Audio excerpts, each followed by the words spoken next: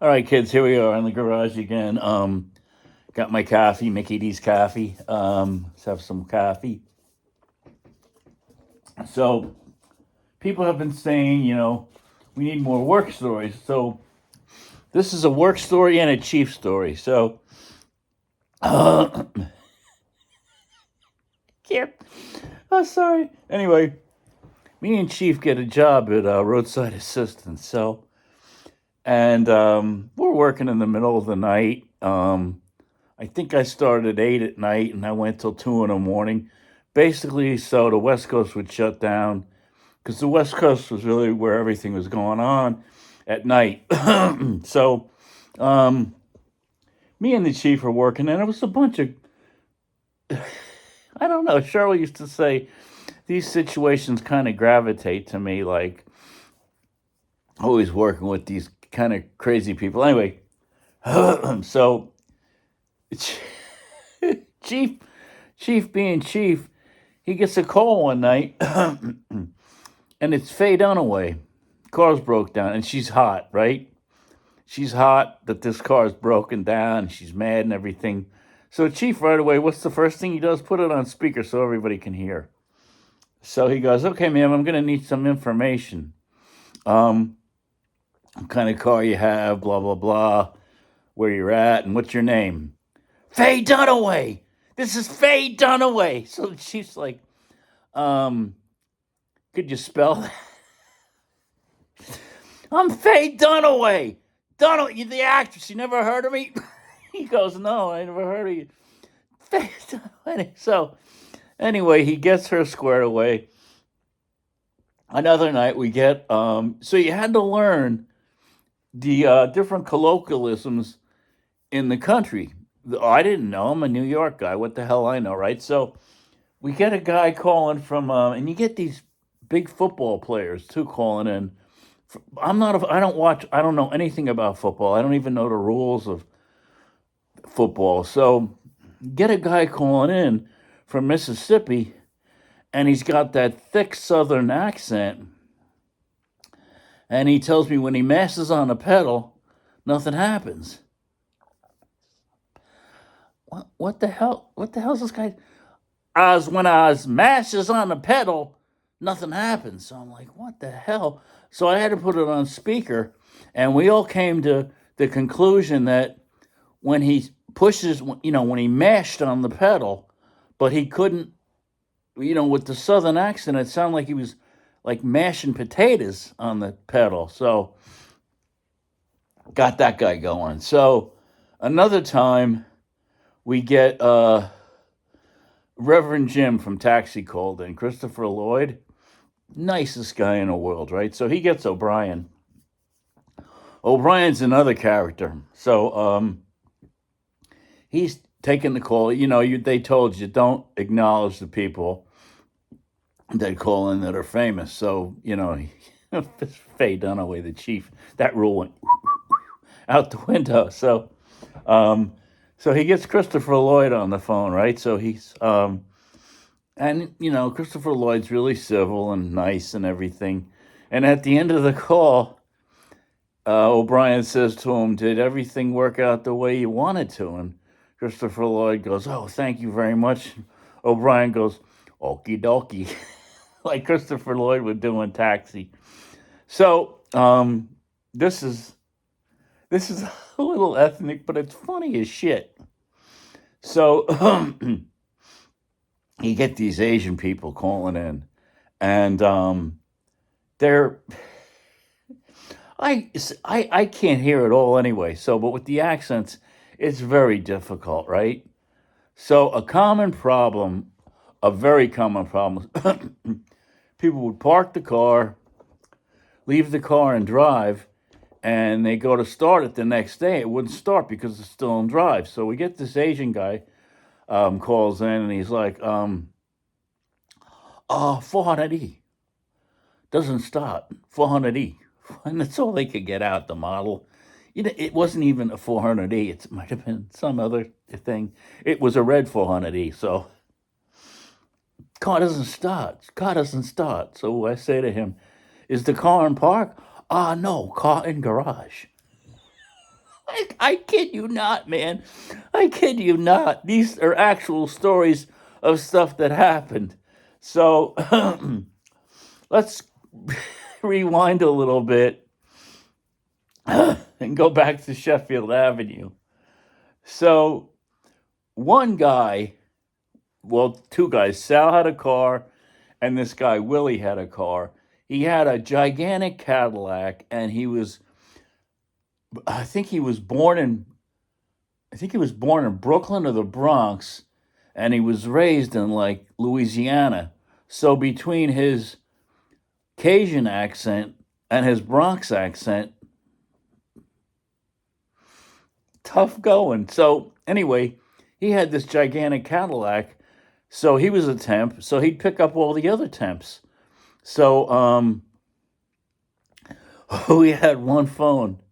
Well, we had other phones, but the main one they called in was in me and Claude's office, if you want to even call it that. So I get a call, and somebody's stuck somewhere, and they need a ride in, and it was Willie would always come in early. He'd be there at like 7:30, and he'd read the paper and have his coffee. Great guy, string bean guy. So gets the call. So all he's saying is, "Where you at?"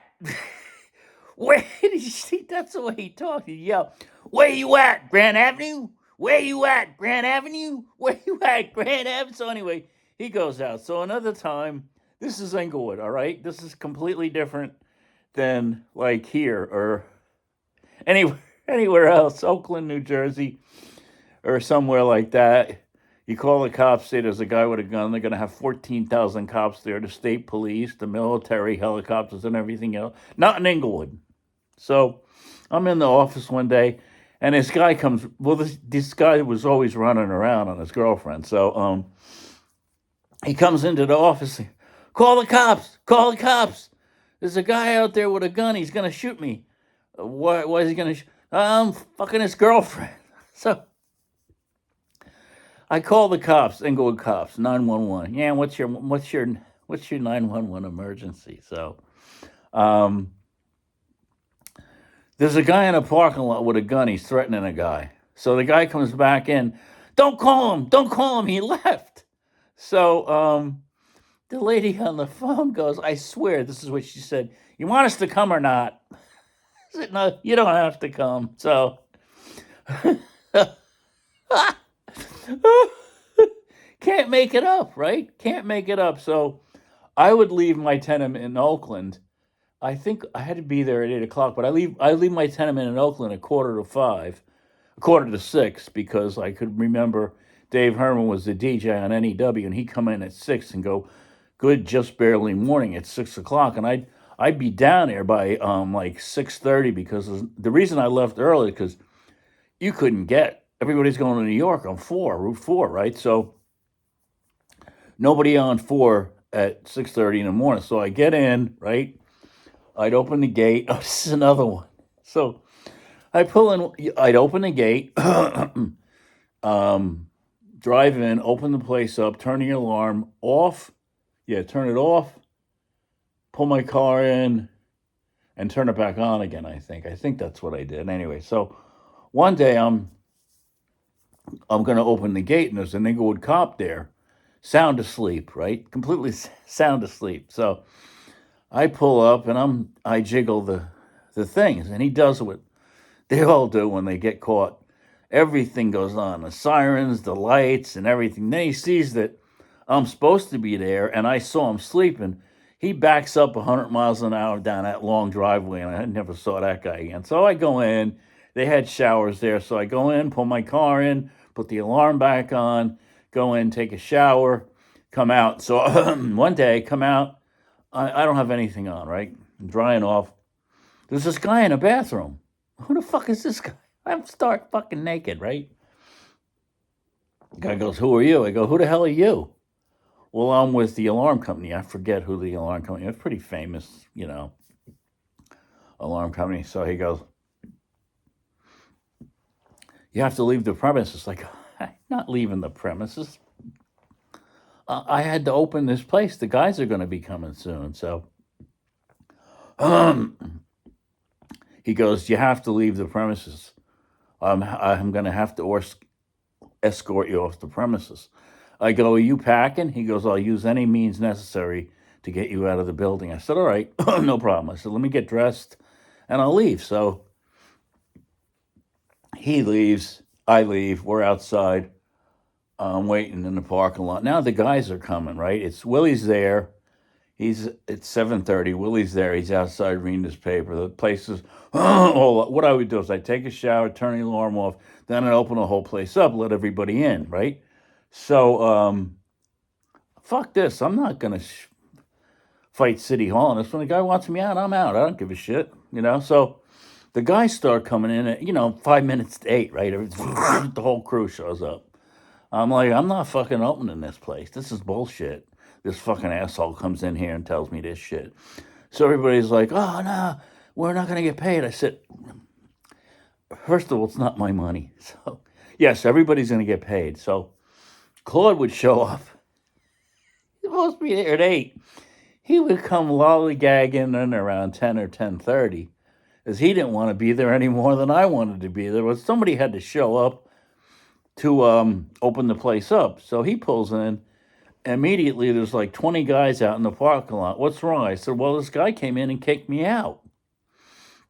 What? So we open the place up. He gets on the phone with the alarm company, and the alarm was always going off. It was false alarms all the time because the roof leaked like a sieve, right? So he calls the place and he goes, if you don't fix this situation, I'm going to rip every piece of alarm equipment out of this building myself. So this lady, Doris, she was the lady, the daytime lady. You could tell she's one of these Siggy butt ladies, and yeah, what's the problem with the alarm? She knew it was a shit place. It was a shit alarm. So anyway, she tried her best. What we did is we just hot wired around the alarm. So you could go in and out anytime, and the alarm just thought the alarm was on all the time. So that was the end of that issue. But I mean, you couldn't, as soon as it rained, the whole place would flood, and there'd be like an inch of water on the floor. And I had to take the keys out of the forklifts. The first drop of rain that came on the roof would be in the building. So that's how bad the roof leaked. Because I'd take the forklift keys out because they had hard rubber tires, and you have no brakes on hard rubber tires when the floor gets wet. So that was the first issue. And then,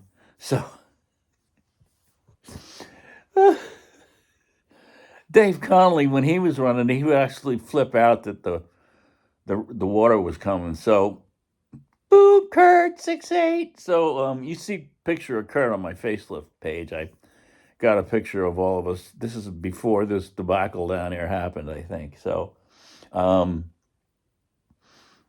what are we gonna do? With the water's coming in, like, just go with it, right? There's nothing. So Kurt sends down Joe Kasiba. He was from Czechoslovakia. We called him one heck of a Czech. So he's gonna, in his infinite Czechoslovakian wisdom, he's gonna build a dike system that's gonna hold back the water. That's like the Dutch boy putting his finger in the dike. That isn't gonna work. So anyway, he left, and then it was just a madhouse. So now Stubby comes. Stubby was a guy that was a bouncer in New York State and bars. This little spark plug of a guy, and he was always itching for a fight.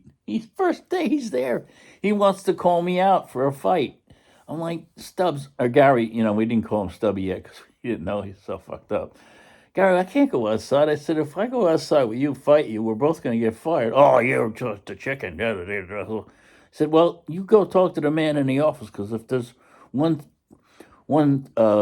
punch thrown, everybody's going to get their ass canned here right quick. So anyway, Stubby was the G guy and garbage guy. So he comes down, and now he wanted to get a promotion, and so they finally give him a promotion, and they give him a job down there doing G, which he was his own boss. There was nobody down there.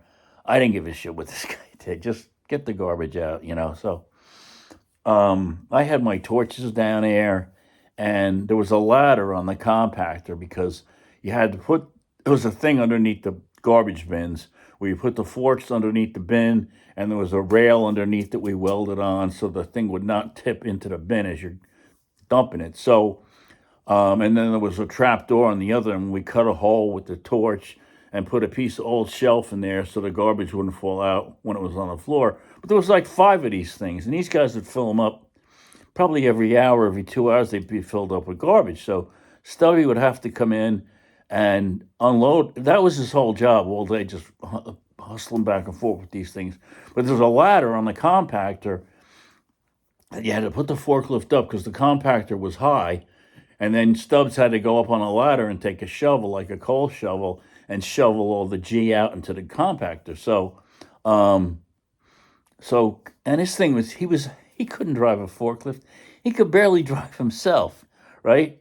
So he was smashing this ladder like, I don't know, every week. And I'd have to constantly go from, there was Acme Metals in the back, and this place, the whole area was a disaster. So they had all these pipes and angle iron there. And one day, and there was a fence there, right? Barbed wire fence. And so one day, one of the big pipe things just collapsed, and the whole, good thing nobody was there, the whole thing collapsed and took down a fence. So it was perfect for me. So I'd just go over there and take some angle iron they had and fix this ladder up because Stubbs was crashing into it. He would come around and he'd swing the forklift, and he had this big bin in the front, and hit the ladder and just destroy it even more than it was already destroyed. So I didn't care. They're paying you, just do the gig, right? So Kirk comes down one day, one of the few times he came down. So Stubbs comes, first of all, the thing I was telling you about with the pin, they pulled the pins out because this place was so big, you had to have these things going fast because if they weren't going fast, you never get anything done. So Stubbs comes flying around. There was basically 3 sections in the building. Big, bigger, and biggest. Right? Big, gigantic building. It leaked. There was no roof on it. And they had a 100-year lease, and that guy Rothman wasn't going to fix the roof. Mercedes wasn't going to fix the roof. So Stubbs comes flying around flying around with forklift when then Kurt's there, and we're right by the dumpster, by the compactor, right? Stubbs goes 100 miles an hour. Crashes into the ladder, destroys the ladder, and Kurt's like, holy shit, man! And he gets immediately calm. He goes, Bill, a couple of months that would really piss me off, but it's your problem now. He gets in his car and goes to hell home. Can't make it up. Like and subscribe.